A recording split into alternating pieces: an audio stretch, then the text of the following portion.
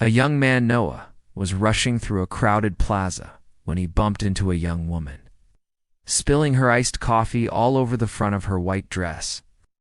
Mortified, he began apologizing profusely. As she looked up to say it was okay, her eyes widened. It was Chloe, the girl who had been his lab partner and secret crush all through his senior year of college. He helped her blot the stain with napkins, but she faked a shiver, pretending the cold drink had chilled her to the bone. "I'm suddenly freezing," she said with a slight tremble in her voice. "Is there somewhere we could sit for a moment?" We quickly agreed. He led her to a nearby cafe. As they sat down, Chloe gestured to an elderly woman sitting at a table in the corner, sketching in a notepad. "That's my grandmother," she explained. "We're just waiting for her ride." Noah looked over and felt a jolt of recognition. It was the same woman he had met at a local art fair last summer. She had been selling her paintings, and he, a poor student, had fallen in love with a small watercolor of the city skyline, but couldn't afford it.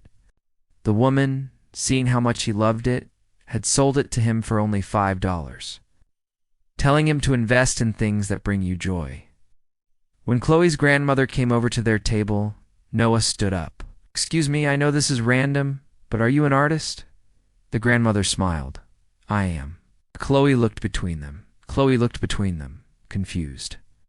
A moment later, Noah arrived back at the cafe from his nearby apartment, holding the small framed watercolor. "You sold this to me last year," Noah said. "You told me it was more important for it to be loved than for it to be sold." The grandmother gasped, her eyes filling with warmth. "I remember you," the young man with so much passion. "Oh, you made my day." Hearing the story of Noah's kindness and passion for her grandmother's art, something clicked for Chloe. "Wait, Noah. The Noah from chemistry class? You always had doodles of the skyline in your notebook." Noah blushed. "I guess I was pretty obvious. You're the only reason I passed that class." The grandmother gently patted Chloe's arm, giving her a knowing look. Taking the hint, Chloe looked at Noah. "I always thought you were the smartest, kindest guy in the room," she confessed.